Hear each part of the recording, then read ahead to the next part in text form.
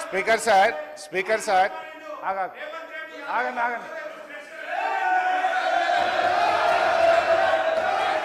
Speaker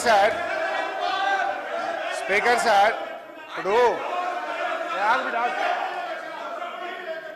గంటన్నర అంటున్నారు.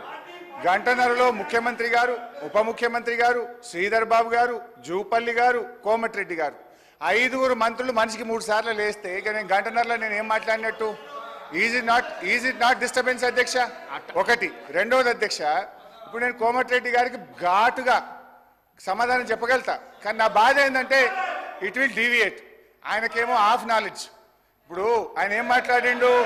Yes you are half knowledge fellow. అధ్యక్ష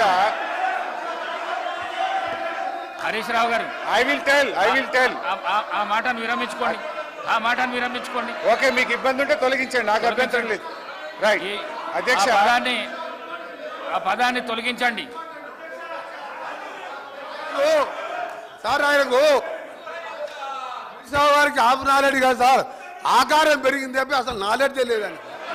ఆకారం పెరిగింది, ఆయన నాలెడ్జ్ ఎక్కడ సార్? ఆయన ఒక డమ్మీ మినిస్టర్, ఆయన డమ్మీ అల్లుడు. ఆయనకు హాఫ్ నాలెడ్జ్ కాదు, ఆకారం పెరగానే సరిపోదు, బుద్ధి ఉండాలి. దళితులు ముఖ్యమంత్రి అన్నాడా లేడా? మీ మామ అన్నాడా లేడా? తప్పు చెప్పు, మీ మామ అన్నాడా లేడా?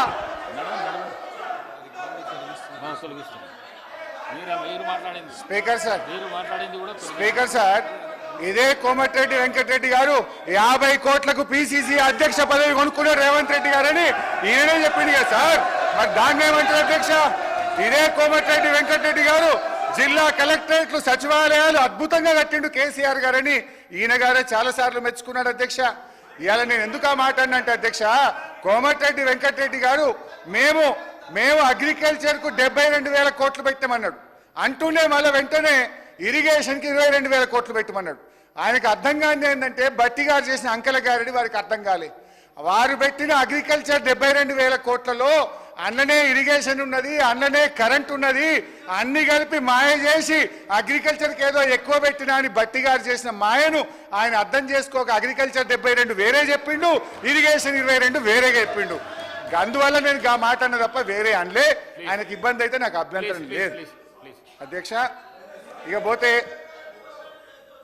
పోతే అధ్యక్ష, నేను ఒకటే విషయం గౌరవనీయులు బట్టి గారిని కోరుతా ఉన్నా అధ్యక్ష. ఐ డిమాండ్, మీకు ప్రజల పట్ల ఏమాత్రం ప్రేమ అభిమానాలున్నా, భయభక్తులున్నా, మీరిచ్చిన హామీల మీద ఏమాత్రం గౌరవం ఉన్నా ఒప్పుకోండి. మీకు నీతి నిజాయితీ ఉంటే ఈ బడ్జెట్ ప్రసంగంలో మొదటి వ్యాఖ్యలోనే తెలంగాణ ప్రజలారా మమ్మల్ని క్షమించండి, మేము మాట తప్పినాం, 100 రోజుల్లో 6 గ్యారెంటీలు అమలు చేయలేకపోయినాము అని కన్ఫెషన్ నోట్తో ఉండాల్సి ఉండే అధ్యక్ష. నేను డిమాండ్ చేస్తా ఉన్నా, ఇప్పటికైనా తెలంగాణ ప్రజలకు క్షమాపణ చెప్పండి అని చెప్పి నేను డిమాండ్ చేస్తా ఉన్నా. బీఆర్ఎస్ పార్టీని లక్ష్యంగా చేసుకొని కాదు, ప్రజల్ని లక్ష్యంగా చేసుకొని మీరు మాట్లాడాల్సింది. ప్రజల్ని లక్ష్యంగా చేసుకుంటే